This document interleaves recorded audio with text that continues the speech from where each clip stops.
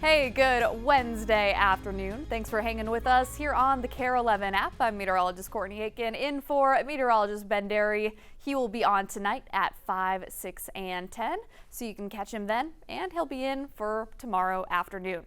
Let's talk about this morning. You probably do not need me to tell you this, but if it felt extra chilly, you were not wrong there. We hit freezing in the Twin Cities this morning, 32 degrees, and I'll get to some numbers, some nerdy stuff here in a moment, but it's been more than 2 weeks since we woke up to frigid temperatures, freezing temperatures in the morning. We also hit freezing in Grand Rapids, 32, 28 in Duluth, how about that, 30 in Rochester, 32 in Jackson, 32 in Wilmer, 30 in Thief River Falls. Lots of areas in the freezer, I should say, this morning.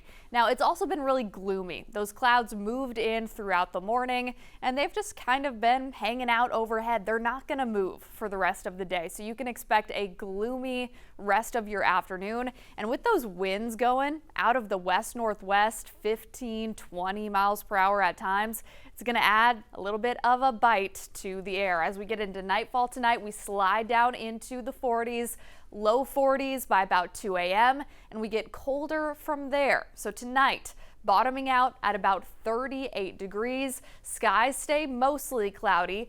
38 is not freezing, but areas outside of the metro are going to be colder, and for those areas, some patchy frost definitely will be possible. In fact, let's talk a little bit about the chance for frost depending on where you are. Up here in purple, this is going to be Menominee, toward Hayward, Duluth, Grand Rapids, International Falls, you name it. Those of you in purple, you are likely to see a hard freeze on your Thursday morning.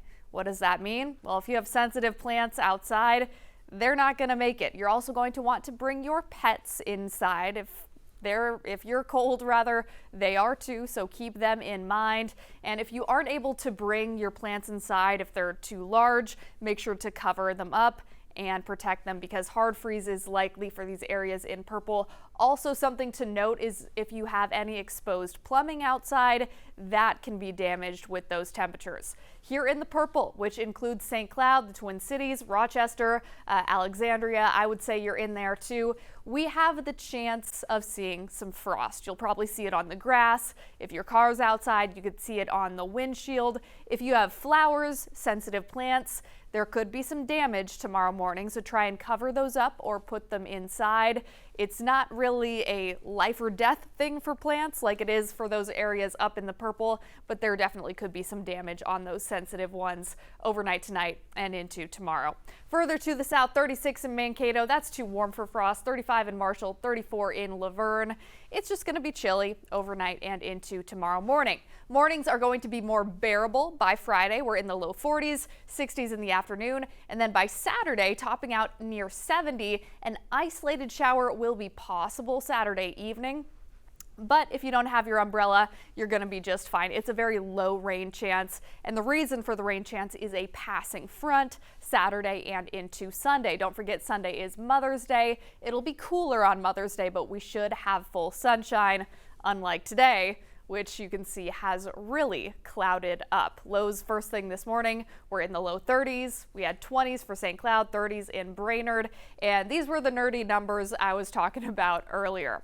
We did not hit any records this morning, but some areas did get close. St. Cloud, for example, record for today's date is 24. You did hit 26 this morning. For Minneapolis and Alexandria, we were not necessarily close to record territory. Minneapolis, our record is 25. We were at 32. Alexandria, your record is 24. You were at 34, so not necessarily very close. But this is notable.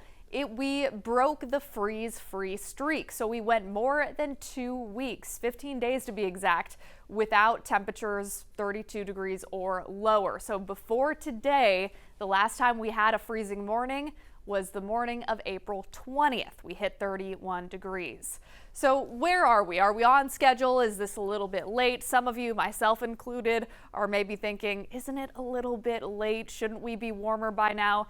Really depends on the year, but you can see as I step out of the way, the median or average date for our last freeze in the springtime is April 25th. Obviously, we're past that, so we're running a little bit behind schedule. However, we have seen freezes in the springtime later than May 10th. So what we're seeing right now, it is chilly, but it's not unheard of. And let this warm you up. Tomorrow we're in the 30s, but the rest of the 5-day stretch, we're going to be in the 40s in the morning. So things are getting better. And as of around lunchtime, low 40s, feels like 30s.